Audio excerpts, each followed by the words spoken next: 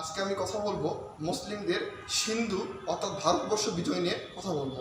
আমরা যদি লক্ষ্য করি, আজ থেকে প্রায় 1400 বছর আগে লঙ্কা দ্বীপে মুসলিমরা এসেছিল মূলত তারা ব্যবসা এবং ইসলাম প্রচারের জন্য, এবং তারা সেখানে স্থায়ীভাবে বসবাস করতে শুরু করে।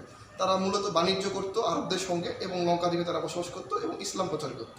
তো একদিন হঠাৎ করে একটি দুর্ঘটনায় ওই যে লঙ্কা দ্বীপের যে পরিবারগুলো ছিল তাদের নেতৃত্ব স্থানীয় পুরুষরা কোনো একটি জাহাজ দুর্ঘটনায় তারা হয় মৃত্যুবরণ করে না নিখোঁজ হয়ে গিয়েছিল।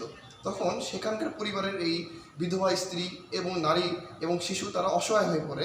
তাদের উদ্দেশ্যে সেই সময় মুসলিম আরব থেকে তারা তাদের উদ্দেশ্যে জাহাজ প্রেরণ করেছিল, এবং তিনি ছিলেন হাজ্জাজ বিন ইউসুফ বসরার গভর্নর।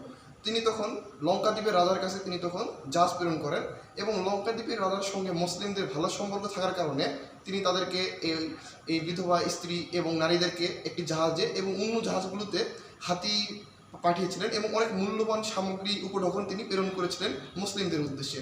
কিন্তু এই জাহাজ যখন লঙ্কা থেকে আরবের উদ্দেশ্যে যখন রওনা করে তখন দেবন বন্দর নামে একটা জায়গা রয়েছে, অর্থাৎ যেটা বর্তমানে আমরা দেখতে পাই যে পাকিস্তানের করাচি বন্দর নামে পরিচিত। সেটার পাশ থেকে যখন যাচ্ছিল তখন সেই জাহাজটি লুণ্ঠন করেছিল সিন্ধু প্রদেশের রাজা, সেখানকার রাজ্যের রাজা দাহির। এই রাজা দাহির অত্যন্ত অত্যাচারী এবং নির্দয় রাজা ছিলেন, এবং তিনি এই মুসলিমদের অসহায়তার কথা জেনে তিনি তখন এই নারীদেরকে আক্রমণ করেন এবং সেই জাহাজকে লুণ্ঠন করেন, এবং এই অসহায় বিধবা স্ত্রী এবং নারীদেরকে তিনি কারাগারে প্রেরণ করে। সেই সময় সেখান থেকে একজন নারী ছিল যে আরবদের উদ্দেশ্যে চিঠি লিখেছিলেন। আরবদের উদ্দেশ্যে তিনি রুমালে করে চিঠি লিখেছিলেন যাতে এই অসহায় স্ত্রী নারী এবং তাদের ইজ্জতকে বাঁচানো হয়। এই চিঠি যখন হাজ্জাজ বিন ইউসুফের দরবারে পৌঁছে যায় তখন হাজ্জাজ বিন ইউসুফ অত্যন্ত ব্যথিত হয়েছিলেন তার নারীদের ইজ্জত এবং বোনদের ইজ্জতের কথা চিন্তা করে। কিন্তু তিনি ছিলেন নিরুপায় এবং অসহায়, কেননা তার হাতে কোনো সৈন্যবাহিনী সে সময় ছিল না। কারণ সে সময় দেখতে পাই আমরা মুসলিমরা একাধিক যুদ্ধের সঙ্গে জড়িয়ে যায়। তারা একদিকে তারা আফ্রিকা, তারা তুর্কি নিয়ে রওনা করে, অর্থাৎ এই যে তাদের সৈন্য ঘাটতি ছিল, সৈন্য ঘাটতির কারণে এই সুযোগটি গ্রহণ করেছিলেন রাজা দাহির। তিনি তখন অসহায়ত্ব বোধ করলেন যে কীভাবে তিনি সাহায্য করতে পারেন। কিন্তু সেই সময় তার পাশে একজন সেনাপতি ছিলেন, এই সেনাপতির নাম মোহাম্মদ বিন কাসিম। এই মোহাম্মদ বিন কাসিম মাত্র 17 বছর বয়সের একজন তরুণ, যিনি যখন এই কাহিনী জানতে পারেন, একটি বোনের আর্তনাদ তিনি যখন শুনতে পায়, তিনি তখন বলেন তিনি সিন্ধু বিজয় করতে চান।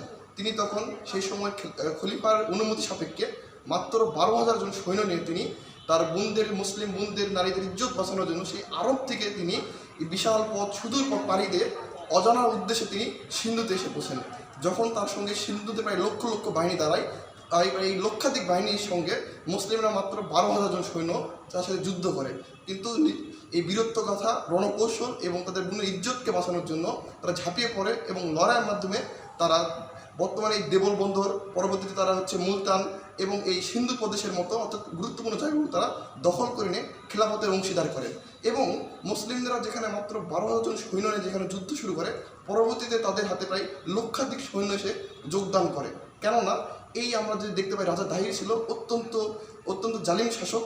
সেই সময় কোনো মেয়েদের কোনো ইজ্জতের কোনো দাম ছিল না ওই অঞ্চলে, এবং সেই সময় এদের নারী সমাজ বা ওই সমাজের মানুষগুলো খুবই অবহেলিত ছিল, যার কারণে পরবর্তীতে মুসলিমের শান্তির পতাকা যখন ছড়িয়ে পড়ে তারা একের পর একজন ধীরে ধীরে তারা মুসলিমদের অন্তর্ভুক্ত মুসলিম হতে শুরু করে, এবং ধীরে ধীরে এই জায়গাগুলো মুসলিম খেলাফতের আন্ডারে চলে আসে একটা সময়।